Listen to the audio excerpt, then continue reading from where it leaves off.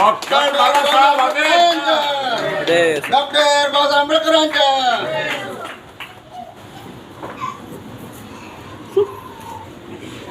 मेरी बाजू है ना तो कब तो यार जाए ना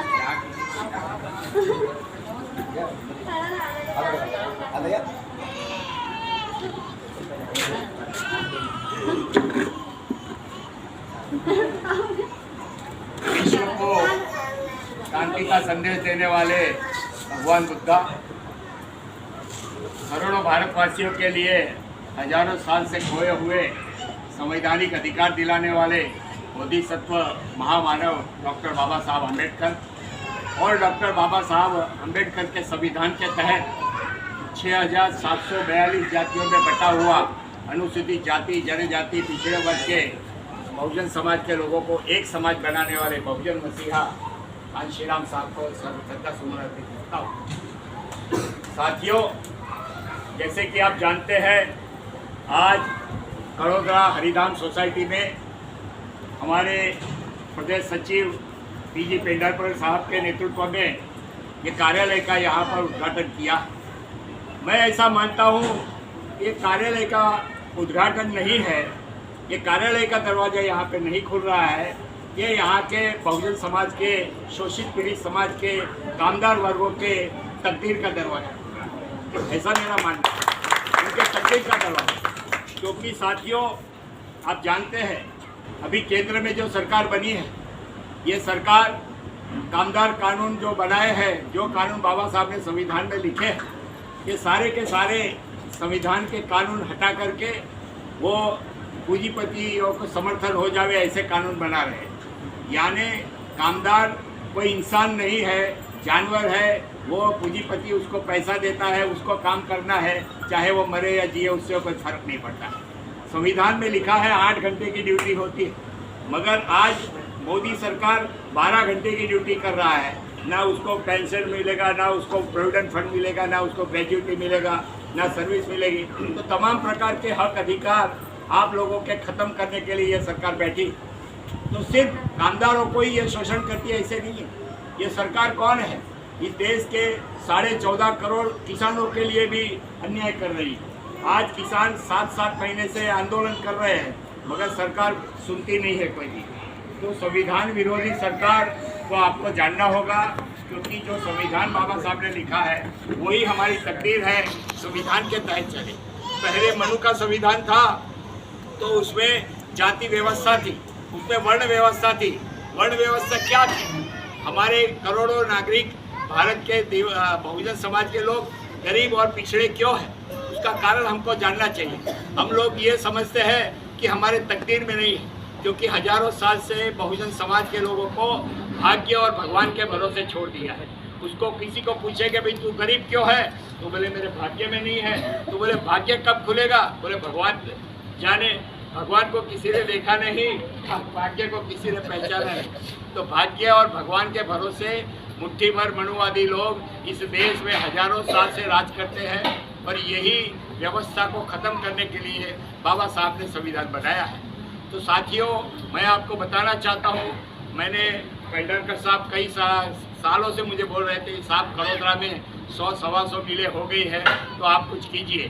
तो मैं पूरे देश के अंदर भारतीय बहुजन कांग्रेस, ये जो पार्टी संगठन है, ये पार्टी भारत सरकार द्वारा रजिस्टर करा के पूरे देश में जो कानून है वो कानून का अमल करवाने के लिए मैं पूरे देश में भ्रमण करता हूँ। मुझे पास समय नहीं था, मगर अब गुजरात में मैं समय देने वाला हूँ, इसलिए पीजी पेंडारकर ने बोला साहब कुछ नहीं तो यहाँ से शुरुआत तो कीजिए। तो हमने उनको कहा कि भाई ठीक है, मैं यहाँ आ रहा हूँ, क्योंकि 1 मई विश्व मजदूर दिवस पे बिहार पटना से हमारी यात्रा चली है, और वो यात्रा पे यहाँ गुजरात में अभी यहाँ भ्रमण करेगी, और उसके तहत आज कामदार कानून का कार्यालय का उद्घाटन किया है। तो मैं यहाँ पे जो हमारे साथी है, मैंने कहा था कोरोना काल है, इसलिए ज़्यादा लोगों को इन्वाइट मत करना, क्योंकि कानून है वो लोगों ने कोरोना में 5-50 से ज़्यादा नहीं आने चाहिए। शादी जैसा शादी परिवार में भी 50-100 से ज़्यादा परमिशन नहीं देते। तो सिंपल कार्यक्रम का आयोजन किया है। आप लोगों को आपके संवैधानिक अधिकार दिलाने के लिए हम लोग काम करेंगे। हमारे डॉक्टर अशोक कुमार साहू जी हैं जो उड़ीसा के हैं, मगर यहाँ सूरत में ही 20 साल से रहते हैं और उड़ीसा समाज का प्रतिनिधित्व करते हैं।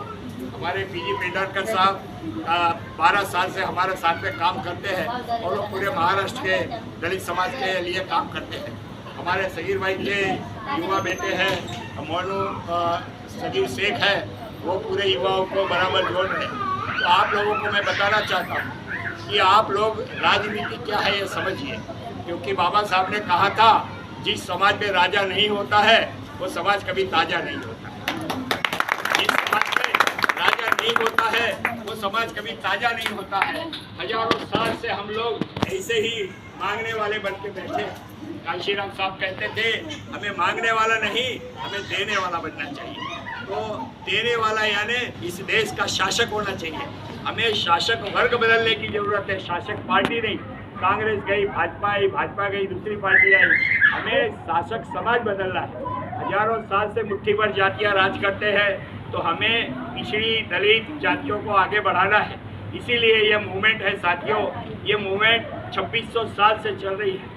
भगवान बुद्धा जिन्होंने 2600 साल पहले कहा था बहुजन हिताय बहुजन सुखाय, उन्होंने उस जमाने में ये नहीं कहा था सर्वजन हिताय सर्वजन सुखाय, क्योंकि वो जानते थे कि उस जमाने में अल्पजन समाज के जो वर्ण व्यवस्था में ब्राह्मण क्षत्रिय वैश्य और शूद्र ये व्यवस्था है, ये व्यवस्था में ये 3 वर्ण के लोग हैं वो सदियों से शासक बने थे, क्योंकि उनको सारे अधिकार थे।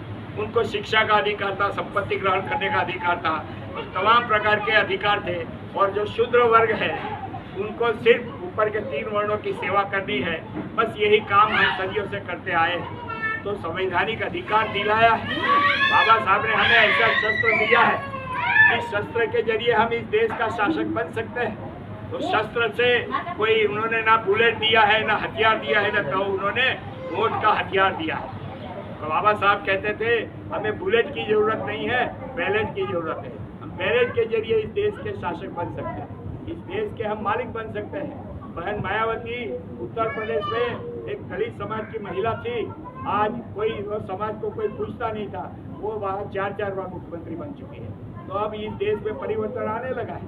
नरेंद्र मोदी भले पिछड़ी जात का है, मगर वो आरएसएस के अंदर बैठा हुआ है, आरएसएस के ब्राह्मणों के कब्जे में है। मोदी का कुछ नहीं चलता है, सिर्फ नाम का है। उसको कहा है आप विश्व में घूमते रहो, सरकार हमारे ब्राह्मण लोग चलाए। संविधान के विरोधी अभी जो यतींदर करके वो साधु है, मठ कौन सा मठ का, वो उसने स्टेटमेंट दिया कि नया संसद बन रहा है तो नया संविधान भी बना देगा। तो संविधान विरोधी बात करने वाले को सरकार कुछ एक्शन नहीं ले रही है। इनके ऊपर तो देशद्रोही का गुनाह लगना चाहिए। अगर वो नहीं हो रहा है तो साथियों क्यों नहीं हो रहा है? क्योंकि वो सत्ता में बैठे हैं, और जो शासक होता है उसके ऊपर अन्याय अत्याचार नहीं होता। मुट्ठी भर अंग्रेज यहाँ पे आए मगर वो शासक थे, इसलिए उनको अत्याचार नहीं हुआ। मुट्ठी भर मुगल आए, मुट्ठी भर आर्या लोग आए, फिर भी उन पर अत्याचार नहीं हुआ।